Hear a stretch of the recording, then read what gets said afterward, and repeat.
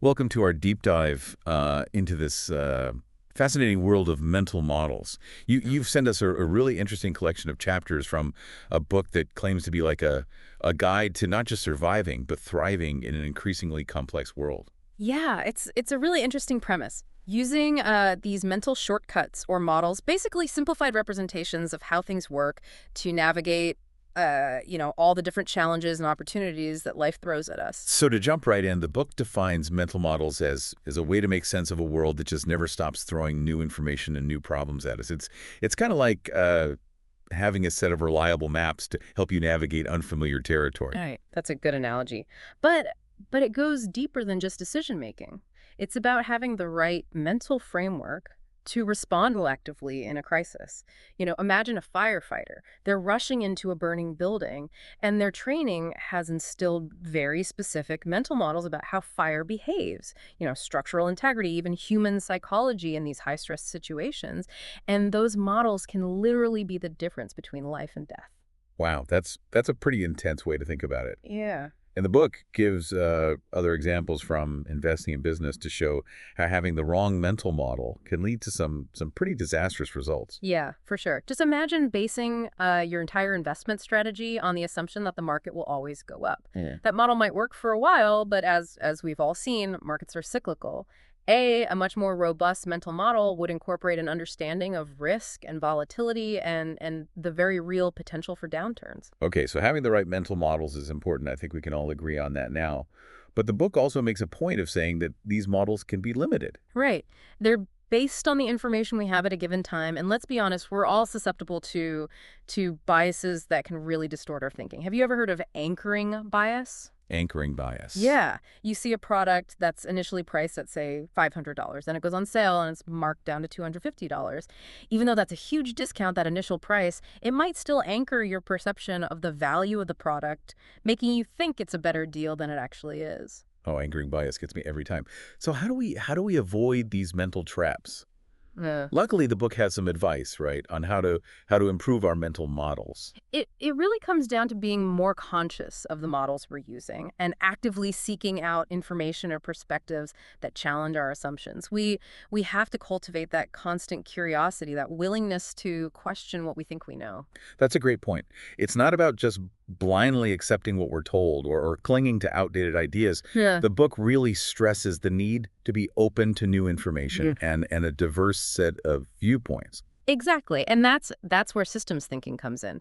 The book describes it as a way of understanding how everything is interconnected. Instead of viewing things in isolation, we need to be able to see the bigger picture. That reminds me of that butterfly effect thing, like a butterfly flaps its wings in Brazil Hmm. and somehow causes a tornado in Texas. Haha. Well, maybe not quite that dramatic, but the point is valid. The book uses the example of the water-energy-food nexus to illustrate how deeply interconnected our world is. Changes in water availability impact energy production, which then affects food security. It's a complex web of relationships, and systems thinking helps us to see those connections and anticipate the unintended consequences of our actions. Unintended consequences. Yeah, that's a good point. It makes me think about all the times we make decisions based on such a limited view of the situation. But what really surprised me about this book was that it doesn't just focus on the analytical side of things. There's a whole chapter dedicated to emotional regulation and resilience, which was, a little unexpected. Yeah. Yeah, and that's actually a crucial element, one that's often overlooked when we talk about mental models. You could have the best, most sophisticated mental toolkit in the world, but if you're constantly being hijacked by your emotions, it's going to be so hard to make good decisions, especially when you're under pressure. I can definitely relate to that. So what are some things the book suggests we do to cultivate more emotional resilience? It it really emphasizes practices like mindfulness, self-care. It's about developing that self-awareness to recognize when your emotions are, really running high and having those tools to manage those emotions effectively. It's about building that inner strength to be able to weather the inevitable storms of life. So building a robust toolkit of mental models, it also involves understanding and managing our emotions. 100%. They're not separate things at all. Our thoughts, our emotions, and our behaviors are all interconnected. And that actually brings us to another key area the book focuses on, which is financial security. I have a sneaking suspicion this chapter might be why you wanted to explore this book in the first place. Well, financial literacy is definitely a cornerstone of navigating life effectively. The book really just breaks it down into some very fundamental principles: managing debt, building an emergency fund, and investing for the future. And of course, it really emphasizes the importance of diversification to weather economic uncertainty. I appreciate that the book takes this really holistic approach. It's not just about finances or even just our thought processes. It also talks about the link between physical and mental well-being. Right, and there's a growing body of research to support that connection. The book emphasizes pretty practical steps: getting enough sleep, eating a healthy diet, and making sure you get regular exercise. But it also stresses the importance of social connection, engaging in activities that bring you joy and meaning. It's about nurturing every aspect of ourselves. Okay, now this next concept is super intriguing to me. Antifragility. The book uses this metaphor of a phoenix rising from the ashes. It's not just surviving challenges, but actually becoming stronger because of them. Yeah, and that's such a powerful idea, right? Instead of simply trying to withstand shocks and stresses, we can actually design systems, whether it's a business, a community, or even our own lives, in a way that actually allows them to benefit from disruptions. But how do we do that? What does that look like? Building anti-fragility into our lives. Well, the book gives examples like open source software or even natural ecosystems. These systems are decentralized, diverse, and adaptable. When one part fails, the system as a whole can still thrive. It's about building in redundancy, embracing experimentation, and being willing to learn from failures. So it's about embracing change instead of being afraid of it. That's a pretty radical shift in perspective. It is, but it's a really necessary one in a world that's changing faster than ever before. And that's why the book also advocates for this thing called scenario planning. It's thinking through those potential futures and developing strategies to navigate them. It sounds a bit like playing choose your own adventure, but for your actual life. Uh-huh, kind of, yeah. It's a really powerful tool for developing that adaptability. Instead of trying to predict the future with certainty, which is, obviously impossible, you identify those key drivers of change, and then you explore different scenarios based on how those drivers might play out. It helps you think through potential challenges and opportunities so you're better prepared no matter what the future holds. I like that. Being prepared instead of just reacting. Mm. And speaking of being prepared, the book also highlights the importance of community and networks, right? It even draws these parallels to the success of online platforms like Reddit and Airbnb. Right. It's about leveraging those connections and collaborations to achieve more than we could on our own. But it's not just about online communities. It's about building those strong relationships, both personal and professional, that provide support, encouragement, and that sense of belonging. Yeah, I can see how those connections would be so crucial in a world that can feel so isolating and uncertain.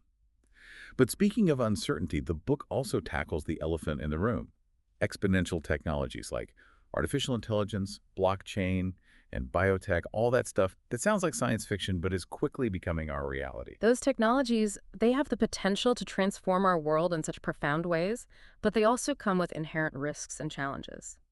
The book stresses the need for ethical development and thoughtful regulation as we navigate this uncharted territory. So it's not just about embracing the potential of these technologies, but also being mindful of the potential downsides.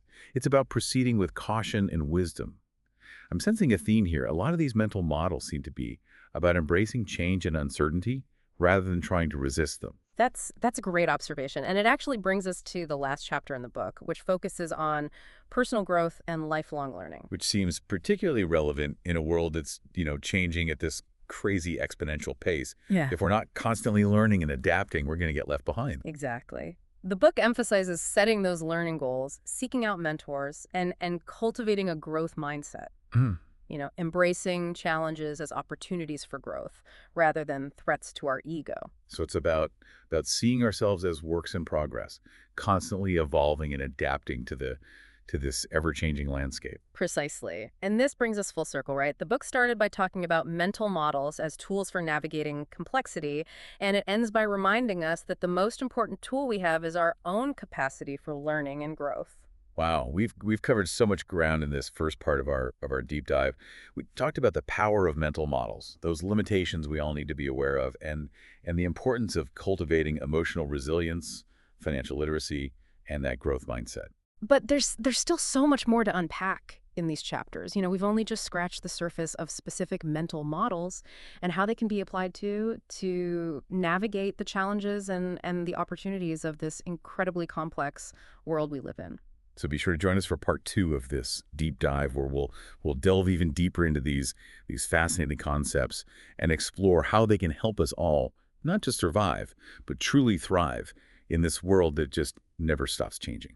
Welcome back to our exploration of these mental models. In that last part, we talked about how important it is to have, this diverse toolkit of these models. It's almost like a mental Swiss Army knife, right? To help us kind of cut through all the complexities of the world. Right, and we talked about how it's not just about having the tools, but about really honing them, Yeah. making sure they're sharp and ready to use when we need them. So let's jump into some of the specific models that the book highlights. Okay, sounds good.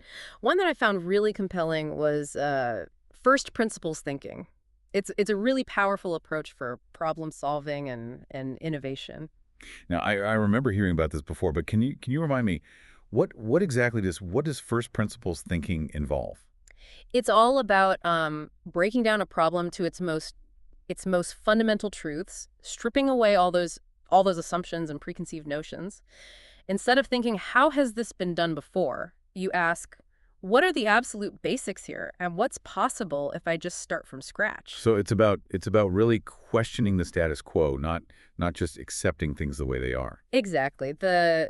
The book gives this example of Elon Musk and SpaceX. So instead of accepting the really high cost of rockets as just as a given, Musk and his team, they broke down the cost of the raw materials and they figured out how to build them way more efficiently and ultimately disrupted the entire space industry. That's a perfect example of how first principles thinking can lead to some real breakthroughs. Hmm. It makes me think about how often we all just get stuck in these ruts of conventional thinking. Hmm. But in a world that's constantly changing, we need to be able to challenge those old assumptions and find new, more effective solutions. Absolutely. And that actually leads us to another essential mental model for navigating a world of uncertainty, probabilistic thinking. Probabilistic thinking. Oh, I remember. It's about recognizing that we can't actually predict the future with 100% certainty. You got it. Instead of making decisions based on, just gut feelings or hunches, probabilistic thinking encourages us to assess the likelihood of different outcomes and then make choices based on those probabilities. It makes me think of like a weather forecast, Yeah. They can't say for sure if it's going to rain tomorrow, You're right. but they can give you a percentage chance based on all the data they have, Yeah. and that helps you to decide whether to pack an umbrella. Exactly. The book argues that this type of thinking can be super helpful in all areas of life, from, choosing your career path to making investment decisions. It's about weighing those potential outcomes, both positive and negative, and making informed choices based on the best available evidence. It's a more nuanced approach than just, hoping for the best or assuming the worst. It's about making calculated bets based on the odds. Speaking of calculated bets, one of the most classic mental models that the book talks about is the Pareto principle, also known as the 80-20 rule. I've definitely heard of this one before, but I'm always curious to hear more about how it can be applied in different situations. Well, it's surprisingly versatile. The basic idea is that roughly 80% of the effects come from just 20% of the causes. For example, you might find that 80% of your sales are coming from just 20% of your clients, or 80% of your productivity comes from 20% of the tasks you do. Oh, that's such a good point. Reminds me of my email inbox. Most of the stress, it comes from just this tiny percentage of all the emails. Exactly. So the key takeaway here is to identify that crucial 20%, those high impact activities, clients, whatever it may be, and focus your energy there. It's about maximizing your efforts for the greatest return. Working smarter, not harder. Oh. I like it. Yeah. And another model that really seems to resonate with that idea is leverage. Leverage is all about, really amplifying your efforts to achieve a greater impact. It's about finding ways to do more with less, whether it's using technology to automate tasks, delegating responsibilities, or building systems that generate passive income. So it's about finding those force multipliers, those things that allow you to kind of punch above your weight. And the book really emphasizes that leverage can be applied in all areas of life, right? Yeah, for sure. You can leverage your skills, your network, your time, your resources. It's about being strategic and focusing on those actions that are going to have the greatest impact on your goals. Okay. Now, this next chapter, the one on decision-making frameworks, this one really resonated with me. It just feels like we are constantly bombarded with choices, both, big and small. How can we make those decisions more effectively, especially when we're under pressure? Well, the book actually highlights a few different frameworks that are really helpful. One that's especially useful is the inversion technique. So Yeah. instead of asking what should I do, you ask what should I avoid? So you're kind of flipping the script, Yeah. focusing on the potential downsides, the risks, before you get caught up in the excitement of a new opportunity. Exactly. It's a way to avoid making, those impulsive decisions or getting stuck in analysis paralysis. The book also talks about the importance of setting clear decision criteria. What are the factors that are most important to you in a given situation? By identifying those criteria up front, you can evaluate your options more objectively. That makes a lot of sense. It's like having this set of filters to help you kind of sift through all the noise and all those distractions. Another crucial principle the book emphasizes is this concept of opportunity cost. Oh yeah, opportunity cost. Yeah. I remember this from like way back in economics class, but it's one of those concepts that's so easy to forget in the heat of the moment. Can you remind me what that means? Sure. So it's about recognizing that every choice you make, it comes with a trade-off.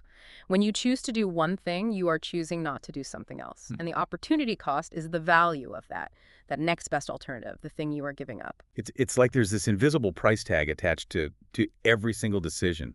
And sometimes when you really think about what you're giving up, it can totally change your perspective. Exactly. It's about making more, conscious choices and recognizing that our time and energy and all our resources are limited. We can't do it all. So we have to choose wisely. It seems like a lot of these mental models, they're all about making more conscious choices, becoming more aware of our own thought processes, and our biases. You're absolutely right. And the more we practice using these models, the more instinctive they become. It's like building mental muscles, Yeah, getting stronger and more flexible in our thinking. exactly. And remember, this is an ongoing journey. The goal isn't to master every mental model perfectly, but just to keep expanding our toolkit and refining our approach as we encounter new challenges and opportunities. Well, we've definitely explored some powerful decision-making frameworks in this part of our deep dive, but there are still, so many more fascinating mental models that we need to uncover. Indeed. In the next part, we'll delve into models that deal with, experimentation, learning from feedback, and even this idea of second order thinking, which is, anticipating those unintended consequences of our actions. So be sure to join us for part 3 as we continue to explore all these mental tools for navigating complexity and really thriving in a world that's constantly changing. Welcome back to our final deep dive into this world of mental models. We've been on quite a journey. These chapters we've talked about how to make better decisions, how to manage our emotions, and even how to embrace uncertainty. Yeah, it's been quite a ride, and one of the key takeaways for me has been that it's really an ongoing process. Yeah. Building this robust set of mental models, it's not a one-time thing. It's about constantly refining our thinking. Yeah. Seeking out new information and just being willing to adapt our approach as we learn and as we grow. Right, absolutely. And that brings us to a concept that the book really seems to drive home the importance of experimentation Yeah. and feedback loops. Yeah. It's not enough to just kind of passively absorb all this information or even just understand these models in theory. We need to actively test them out in the real world, gather data and refine our approach based on the feedback that we receive. It's kind of like the scientific method, right? You have a hypothesis, in this case, your mental model, Mhm. and you need to design experiments to see if it actually holds up under real world conditions. Yeah, exactly. And just like in science, sometimes the results are going to surprise you. You might find that your initial model was flawed or incomplete. And that's okay. That's all part of the learning process. The key is to be open to that feedback even if it's, even if it's negative, and use it to actually improve your understanding. Yeah, it makes me think of that quote, "The only true wisdom is in knowing that you know nothing." We have to be willing to let go of those old assumptions and embrace the fact that we're always learning. And sometimes unlearning is even more important than learning. The book uses this analogy of a cup that's already full. You can't pour new tea in until you empty out some of the old stuff. I love that analogy. It really speaks to the importance of letting go of those outdated beliefs and those mental models that might be holding us back. Now another model that I found really interesting was the idea of the circle of competence. Ah, yes, this is a Yeah. crucial concept, especially when it comes to making, high stakes decisions. It's about recognizing that each of us, we have a limited area of expertise, Yeah. a circle of knowledge where we can actually make those informed So judgments. so it's about being honest with ourselves about what we know and what we don't know. Exactly. And having the humility to seek out expert advice when we're, venturing outside our circle of competence. The book gives a couple of really interesting examples of investors who have achieved incredible success by just focusing on their areas of expertise and avoiding those areas where they lacked the necessary knowledge or the experience. It's a good reminder that sometimes the smartest decision you can make is to say, I don't know enough about this, to make an informed decision. Okay, now this next model, this one seems particularly relevant in a world that's just becoming increasingly complex and interconnected. Second order thinking. Second order thinking. Yeah, that's all about anticipating those unintended consequences of our actions. It's about, thinking beyond that immediate outcome and considering those ripple effects that might not be immediately obvious. So it's about taking that long range view Yeah. and asking what are the potential downstream effects Yeah. of this decision. Exactly. The book uses the example of, government policies. Hmm. A policy might seem like a good idea in the short term, but it could have unintended negative consequences, way down the road. Second order thinking encourages us to consider that full range of potential outcomes before we actually make a decision, not just those most obvious or immediate ones. It makes me think of that saying, look before you leap. But it's not just about avoiding those negative consequences, Rod. It's also about anticipating those potential opportunities that might not be obvious, right away. Absolutely. Second order thinking is really about developing a more nuanced and holistic understanding of how our actions impact the world around us. And speaking of, interconnectedness, the book also talks about this concept of feedback loops. Oh yeah, feedback loops. We touched on this a little bit earlier, but I'm ready for a deeper dive now. Yeah. So how does the book explain this concept? Well, feedback loops they're everywhere. They're those self-reinforcing cycles that can either, amplify or dampen certain behaviors or outcomes. Think about the habit of exercising. If you start exercising regularly, you might see, these improvements in your health and your energy levels, which could motivate you to exercise even more, creating a positive feedback loop.